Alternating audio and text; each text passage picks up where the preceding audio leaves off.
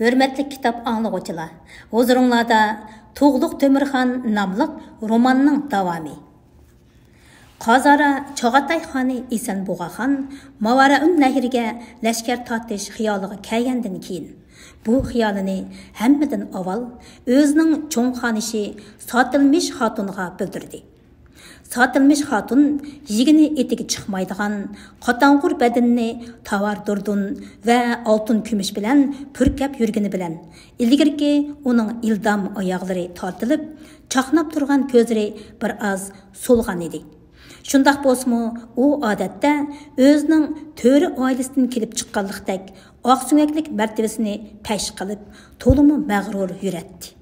Bo'libmi, Esenboğa xon Chog'atay mamlakatiga xoqon bo'lgandan keyin uningdagi mag'rurlik, takabburlik texmi avjilib, o'zidan boshqa hech kimni ko'zga ilmaydigan bo'lib qolgan edi. Lekin to'shqan yilidagi ohonatlik bitimdan keyin sotilmish xotun o'zining mamlakatda xoqondan qolsa ikkinchi o'rinda turadigan xonikalik martabasini unutib qolganmi qandoq? Esenboğa xonning har qanday ishini o'zi bilan munosabatsiz deb qaraydigan bo'lib qoldi.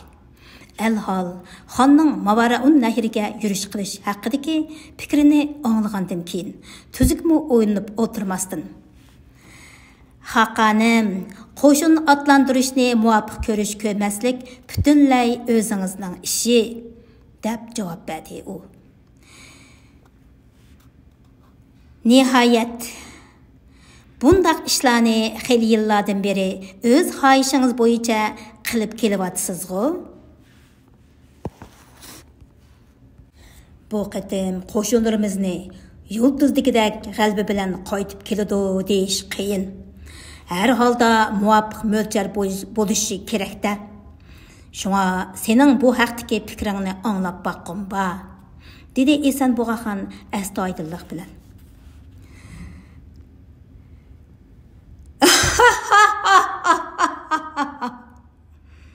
deb zaharli kuldi sotilmish xotun xuddi zanglik qilgandek.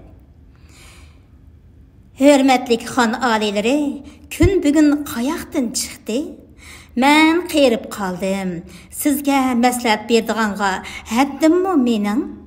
Meningdan boshqa yosh xotinlaringizmi bor-ku, ha?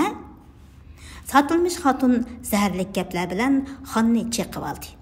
Esenboğa xon bir andikdida, "Ha, bor", deb g'o'dirib qo'ydi ichida. U o'zining cho'ng ayoli bo'lgan sotilmish xotunning mushundaq katta martaba imtiyozlarga qanoat qilmay boshqa xotinlarga hasad qilayotganligini his qildi.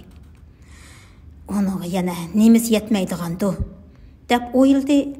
Xon mamlakatda xoqondan qolsa ikkinchi o'rinda turadigan xonika, davlat onasi bo'lgan yuqori martabalik ayolning qilib yurgan ishini ko'ring. Burunqila kömürden tuğuladigan ot yani kül. Kömür qaldırgandek hasadxo'rlikdan tuğuladigan mag'rurlik yana hasadxo'rlikni paydo qiladi deb nayt to'g'ri aytgan ekan. Esenboğa xon cho'ng xonish sotilmish xotunning bu bo'lmag'ur qilqini qat'iy yoqtirmadi. O'zi Chog'atay mamlakatiga xoqon bo'lib, mamlakat bo'yicha eng oliy huquq, eng oliy martabaga erishgandan keyin xonika bo'lgan sotilmish xotundagi mag'rurlik va hasadxo'rlik xuddi tog'dan pastga dumilatgan qor pomzigidek hadab yo'g'nimoqda edi. Esenboğa xon sotilmish xotundan ko'ngli butunlay sovib, ranjiginicha cho'ng haramdan qaytib chiqdi. Ve oxirgi qarorni o'zining amroq xonishi bo'lgan Manglik xotunning hujrasida chiqarmoqchi bo'lib, kichik haramga keldi. Nihoyat, xon bu yerda to'lib toza voyaga yetgan, chiroyidan nur yig'ib turgan go'zal, aqllik yosh Manglik xotunning chehrida jahonni titratguchi xoqonning xotunida bo'lishga tegishlik bir xil oliyjanoblik, joziba, jilva qilib turganligini ko'rdi.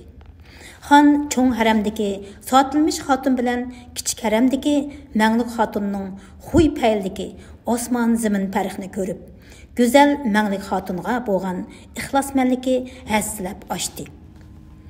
Çağatay xani Esenbuğa xanның çoğ xanışı Satılmış xatun nasab cəmət cəhətdə Xurasan Uyğurlarının arasındakı töri nəsibidən idi. Töri qızı Satılmış xatunni o Xurasan çevrəsidəki G'azna degan yerdə əmir bo'lib turayotgan mezgillərdə əmriga olgan bo'lib, bu ayol o'zidan 2 yosh cho'ng edi.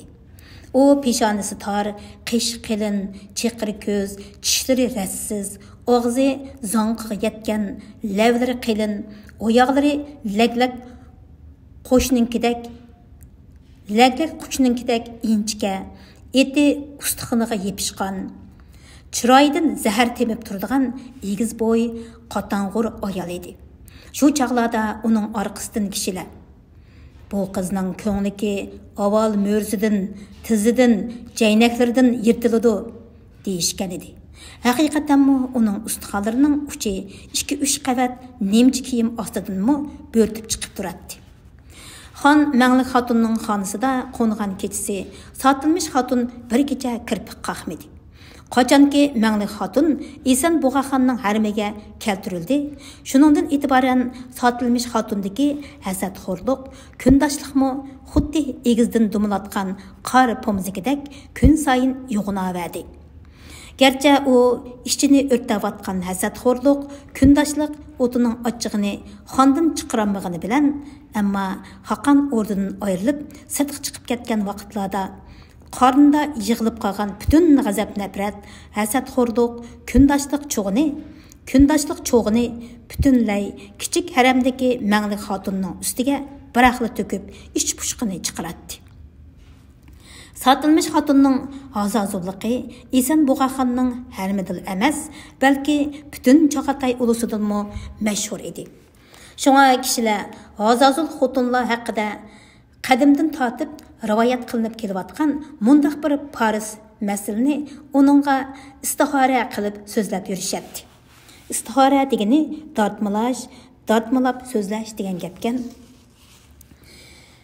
Qadimgi zamonda bir yaxshi yigit bir hazazul xotunni uqishmasdan amriga elib qapti.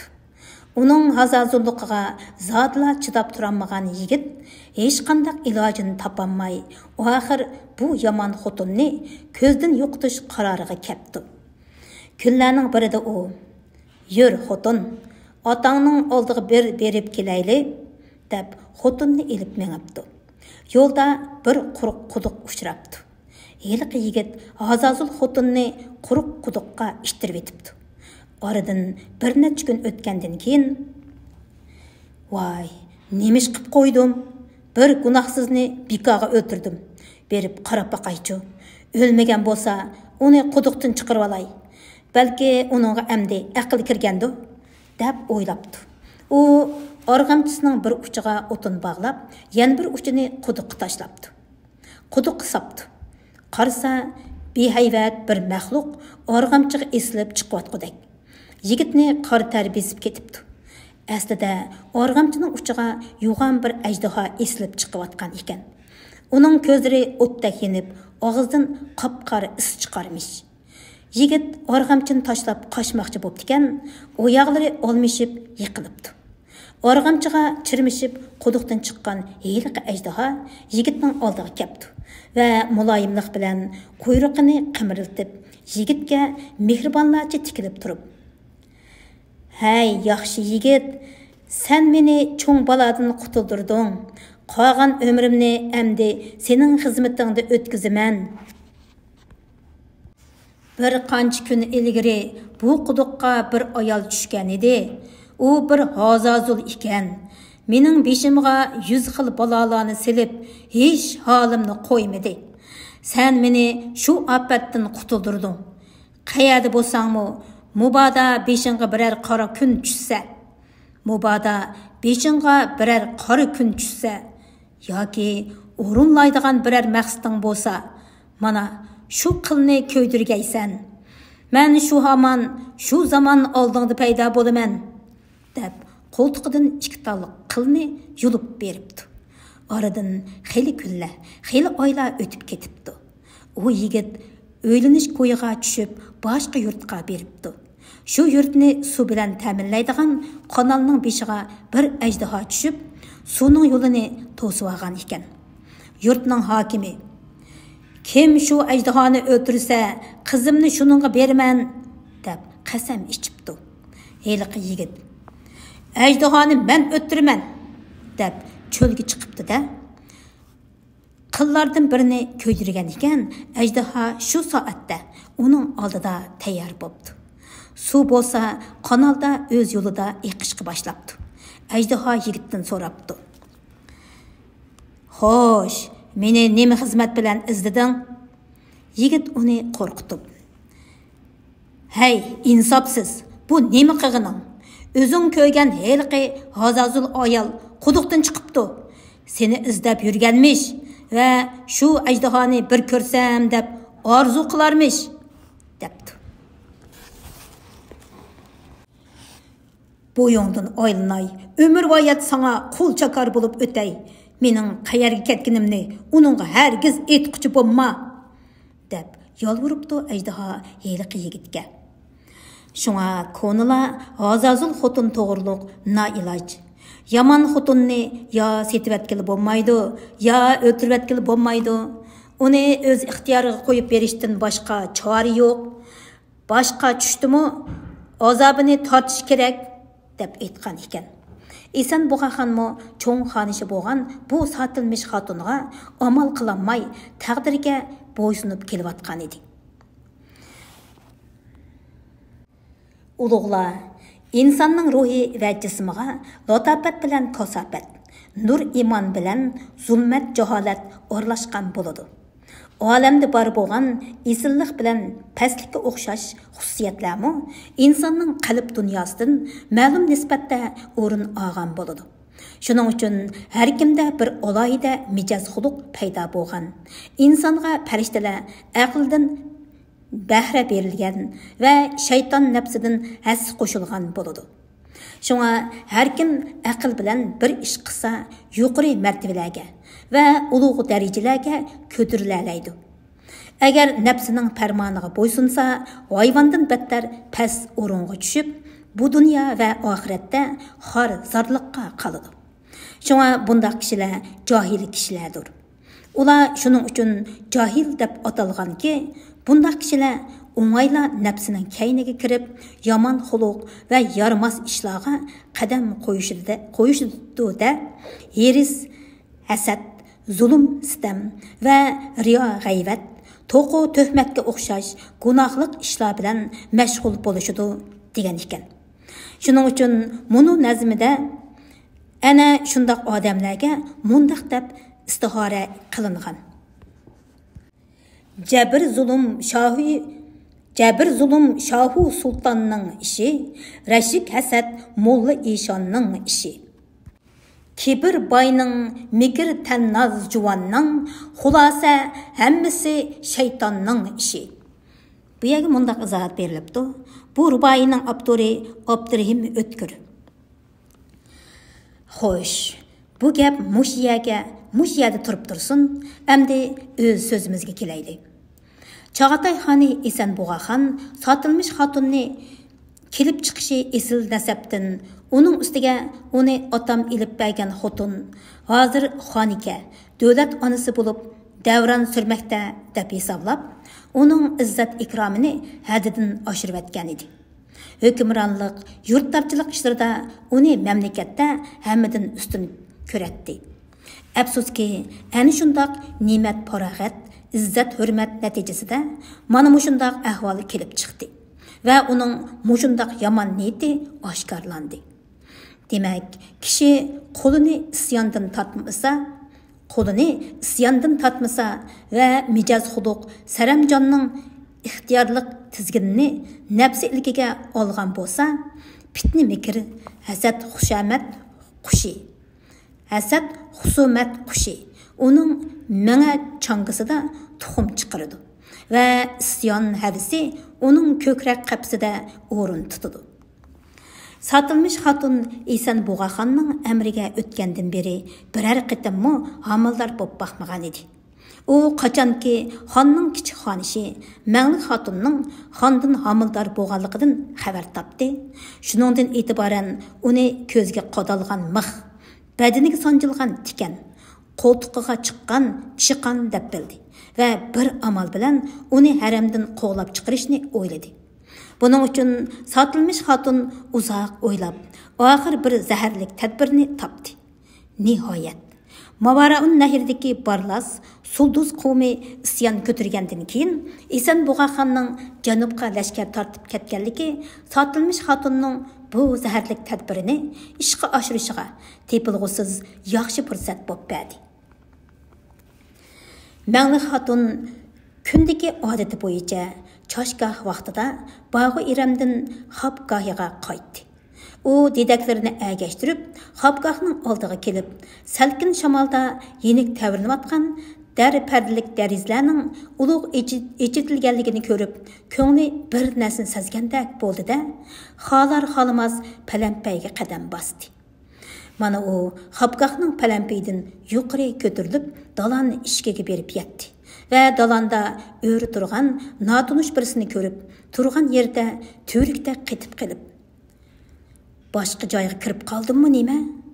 Boshqa joyga kirib qoldimmi? deb o'pjörsiga qarab oldi-da, kayniga ittik o'rildi.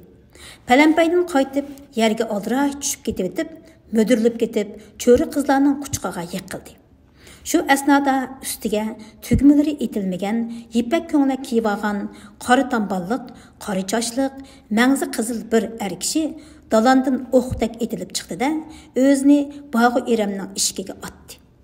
Dal mushu chaqda Bağu İremning ishigi taraqlab echilib, 4-5 turg'avutni orqasiga selib olgan xonika sotilmish xotin ishik oldida paydo bo'ldi. U haramdan qochib chiqayotgan yeliqi notunish erni tutishga buyruq berdi. Turg'avutlar hash-bash tugicha bu er kishini chambarchas qilib bog'lab tashladi. Nima odamsan? Xonning haramiga xondan boshqa er kishining kirishi ma'ni qilinganligini bilmamsan?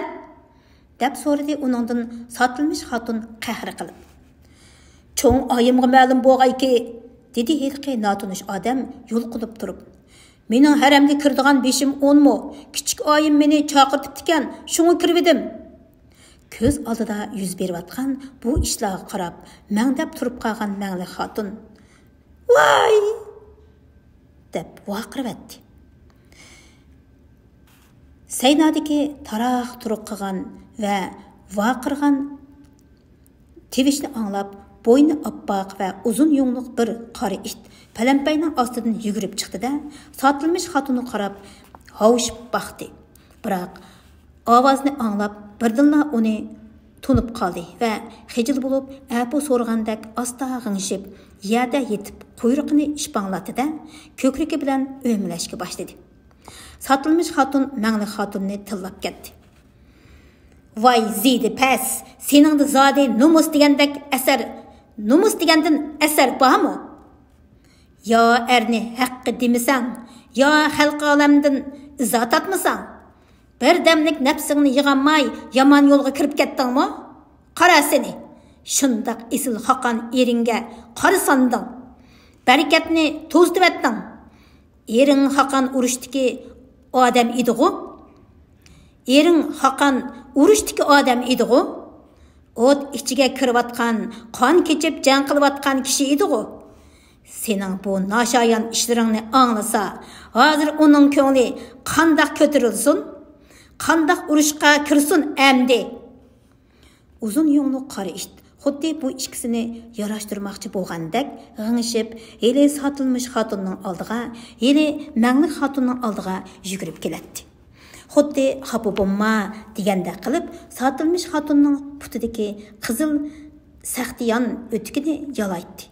Oldi putri bilan quchoqlaydi. Qo'ldiriga qarab intiladi. Ikki o'tirda yugurib harmaydi. Sen ming bir hiyla-mekir, nozu karashmang bilan xonning ko'nglini o'g'lab, o'zimga band rom qilib oldim deb, o'zingga bisyor tamanna qo'yatding-ku, deb Manglik xotinga zahrini yana sanjishga boshladi sotilmish xotin. Anam rəhmətlik. Xotun kişi keçisi sayraydıgan quş. Hiç qandaq quşmu onundak çıraylık sayramaydı. Deydigan. Sen nomussuz əslida xon erinin qoynida sayraplı qanmay, belki oynışыңның qoyundımı sayraydı ekansan da. Әні şu vaqtda мәңлі xatunğa birdinla can kirgandek, xorlangan peti joyidan sakrab turdi da, öpчөсіге bir qarab etgandan keyin o'ziga o'zi hayron qolgandek. Voy jinim-ey, deb so'zib so'zlashga boshladi. Nemishqa men bundaq jim o'tirg'udakman, ha? Nemishqa o'zimni sana xarq qilg'izg'udakman. Bütün buzuqchilikni bir o'zing qilasan. Nomus deganni mana sen bilmaysan. Мәңлі xatunning so'zlari jon-jindan o'tib ketgan cho'ng haramdagi sotilmish xatun xuddi cho'qqi desib olgandek toqlab ketdi-da, uningga tashlandi. Voy yey, voy chiroyliq, o'zingizni tomchi o'tmagan o'gza, qo'ziq qoqmagan tomdak, pokiz deb qaramsiz? Bilimsiz. Sen dingil qosh, yapma qapoq, olg'ay ko'z, sho'r tumshuq, to'g'ri quloq, do'rday kalpuk, yingang chish, oppoq qovuz, uzun inak, do'qmanglayni. Senza xiyolingda erim haqan bo'lgandikin hech kim meni tak etib chiqilmaydi deb o'ylaydi ekansan-da. Bu sening uxlab tush ko'rganliging. Uning haqoratiga мәңлі xatun oxiri chidab turolmadi. Sotilmish xatun deb vaqirdi u g'azab bilan. Balkim nuqsonlarim bordir. Uni yoshirayotganim yo'q. Amma shuni bilib qo'yginki, Xaqan erim bilan menga til tekkizmagin. U men ko'zimni ichibla ko'rgan erimdir. Sen kuyimi yo'q xotindan maymoq bo'lsa-mu qiz yaxshi deganni anglamaganmi? Erim menga amroq qandaq? Hey sotilmish xatun, shu chaqqichimi men sening butun azazulliqingga toqat qilib keldim. Bas, bularni bular amdi. Razı emasman, ko'taranmayman, quloqmi sanmayman, valaqlamag'in, bas amdi. Мәңлі xatun so'zini tugatibla, xuddi zaharlik yılandan qochgandek, sotilmish xatundan patra qutulishini ko'zlab, xobgohiga kirib ketay deb o'rindan turdi. Sotilmish xatun teximi azvayligida turdi. Meni ko'zga ilmay, beshimga dassimakchi bo'layotganini qara buning. Men kim, sen kim? Her qancha bo'lsangmi, yanala to'qal xotunda sen. Xaqan ering yeningda bo'lmagandikin, nesevanga shukr qilib, uyingda o'tirsang bo'lmasmidi? Sana o'ynash tutishni nima qo'ydi? Kulki kulib kelar, keyindan yig'i qo'g'lab kelar deganni anglamaganmisan? Buning hisobini bersan, g'o'tag'i. Sotilmish xotunning mushu tapdagi talati yuziga qo'ngan chivin 40 parcha bo'lib ketgudak turilib ketgan edi.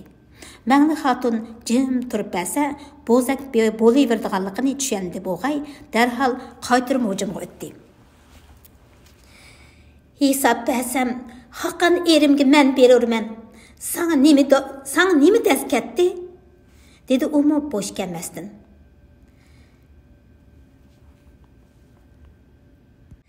Мәңлі xatun hozir qilib yashayotdi. Endi men uningdek yashayolmayman deb alam bo'lmatamdi sana. İçinki o't ketmasin yana. Yiqilganning ustiga chiqib tap degandek qara bu bayqushni. Er bilan ayolning o'tirsida buningdan boshqa ish bo'ladi deb o'ylaganmidim? O'ynagan bo'lsam, men o'ynabdiman. Qaring nima sening? Mangami has chiqib qolar deb o'yladingmi? Ammo sotilmish xotinmi gapdan to'xtaydigandek emas edi. Ha, shundaqmi? dedi chalvaqib. Men g'ayvat qilmadim, ko'zim bilan ko'rganni aytyapman. Ishonmasang, munodun so'ra, qarag'im. U so'zlab etib, yiliqi notunish erni ko'rsatdi. Мәңлі xotin totirib ketdi. Yo'q, tuhmat so'z bu. Yolg'on.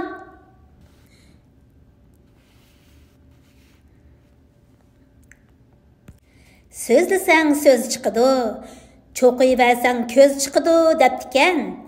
Keçeleri yalğız yatqınыңda kimler sana həmrə boluşup berip atqanlığıdın başqalarının xəbəri yox dep oylaydı ekansan da. Yani kerekmi o sen buzuqqa? Məğli xatunның demi içiga düşüp jimib ketdi. Çırayliq lavlari köp-kök bolup tatırıp ketdi. İplas qo'li bilan yuziga bir shaplaq urgandek, nafrat va alamdan butun vujudi titrab ketdi. U o'qdak uchib berib, sotilmish xotinning oldiga keldi va jonsiz ovoz bilan ingrab turib: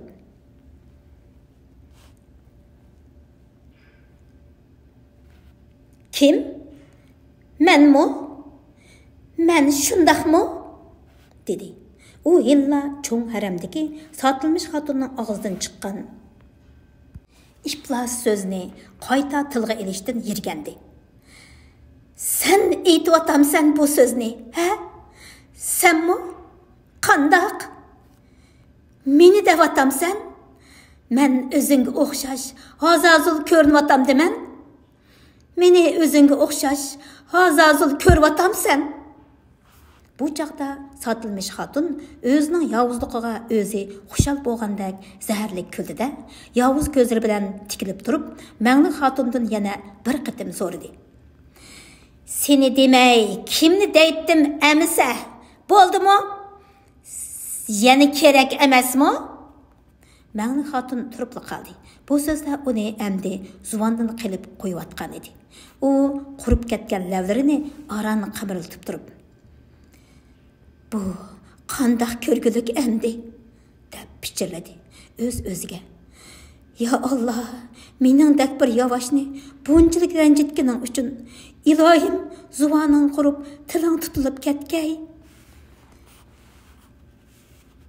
"Ha, qurisa qurar, tüküribmi qo'ymayman. Ha, quribdi deydi. Qani, kimning quriydiganligini ko'rimizg'o texi." deb sotilmish xatun so'g'uq kulib qo'ydi. Ondan yenidagi turg'avutlarga amr qildi. "Bu buzuq amdi Xoqon erimning harmini bulg'ab turivasi bo'lmaydi.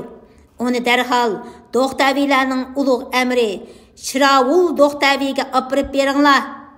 U buni qora topan didak qilib ishiltib, birdan bekor qo'ymasin. Ko'zdan chivin qaynatib, adibini toza basun." Turg'avutlar İsan Bug'axonning cho'ng ayoli sotilmish xotunning amrini darhol bejo keltirish uchun bechora Məğli xotunni qo'ltiqidan tutib so'rgan peti bog'i eramdan ochiqib ketishdi. Nazm. Ko'rdim men beaql bir hasadchini. O'zidan ustunni g'ojoyitdi rosa.